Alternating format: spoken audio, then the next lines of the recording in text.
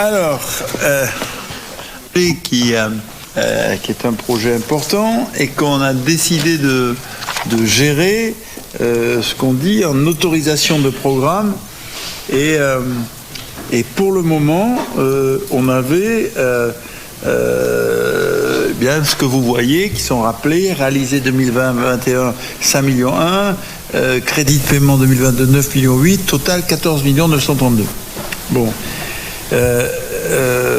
Alors, on a eu à réviser ce chantier à la fois sur pour l'évolution constante des indices de prix, de révision de prix, et puis aussi pour la prise en charge de l'électricité, de l'éclairage. Et donc, nous devons, et c'est ça la gestion d'un PCP, intégrer les révisions de prix. Et là où on avait 14,9 millions, eh bien on passe à 16 132 000. Vous voyez que la somme, bien sûr payée, elle ne bouge pas. On bouge à peine le CP 2022, mais surtout arrive 400 000 CP 2023 qui n'y était pas. Voilà, 16 132 000. Voilà, vous avez, de manière à bien rester, surtout en ces temps d'inauguration, transparent sur le coût du projet en hors taxe. On en est à 14 464 000.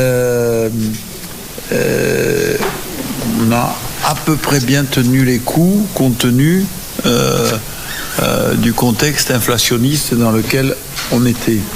Et je me permets de vous rappeler que quand on voit cette structure-là, eh bien on a un autofinancement de la ville d'Agen qui est d'un tiers, un gros tiers. Et donc cette affaire, elle a été correctement financée aux 2 tiers par l'extérieur. On aurait pu espérer plus du conseil départemental, tout ça c'est discutable. Mais globalement, le projet est bien financé. Et d'abord, merci à ceux qui nous ont aidés et aussi merci à ceux qui ont construit ça. Voilà. Est-ce que sur les nouveaux crédits de paiement, autorisation de programme d'Armandie ou sur le bilan financier d'Armandie, il y a des choses à dire? Pierre, c'est le conseiller municipal. Merci. Le chiffre qui nous est présenté du surcoût, de l'augmentation, ça concerne l'inflation des matières premières, 1 568 000 euros, pardon.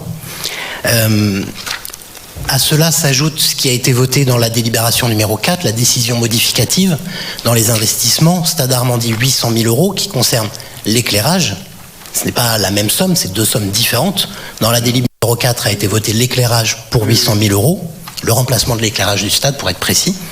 Là, les 1 568 000 qu'il est proposé de voter sur cette délibération s'ajoutent aux 800 000 précédents, puisque cela concerne uniquement la hausse du coût des matières premières pour les travaux de la tribune Ferras, de la tribune Lacroix et des 2 virages, auxquels doivent encore s'ajouter le surcoût du déplacement du puits, lié au léger décalage du pôle sportif qui était prévu au tout début, collé à la tribune Rabal. Il est finalement un peu décalé. Ça aussi, ça entraîne un surcoût. Je n'ai plus la somme, mais c'est de 100 ou 200 000 euros de mémoire. Ça, je ne sais pas si le puits est là-dedans. En tout cas, il n'y est pas. En tout cas, le distinguo que tu fais entre, d'une part, la hausse des matières premières qui est là-dedans et l'éclairage public qui est ailleurs, il est juste. Bon, je le confirme. Bon, ok. J'avais pas fini. Pardon, 30 secondes.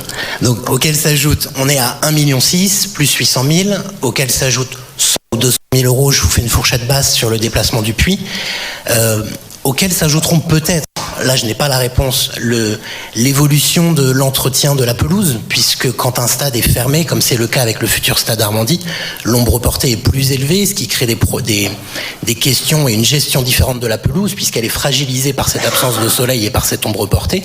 C'est pour ça que le groupe projet avait envisagé de passer éventuellement à une pelouse hybride, soit une pelouse entièrement synthétique. La législation a encore évolué ces derniers temps, vous pourrez peut-être nous dire ce qu'il en est.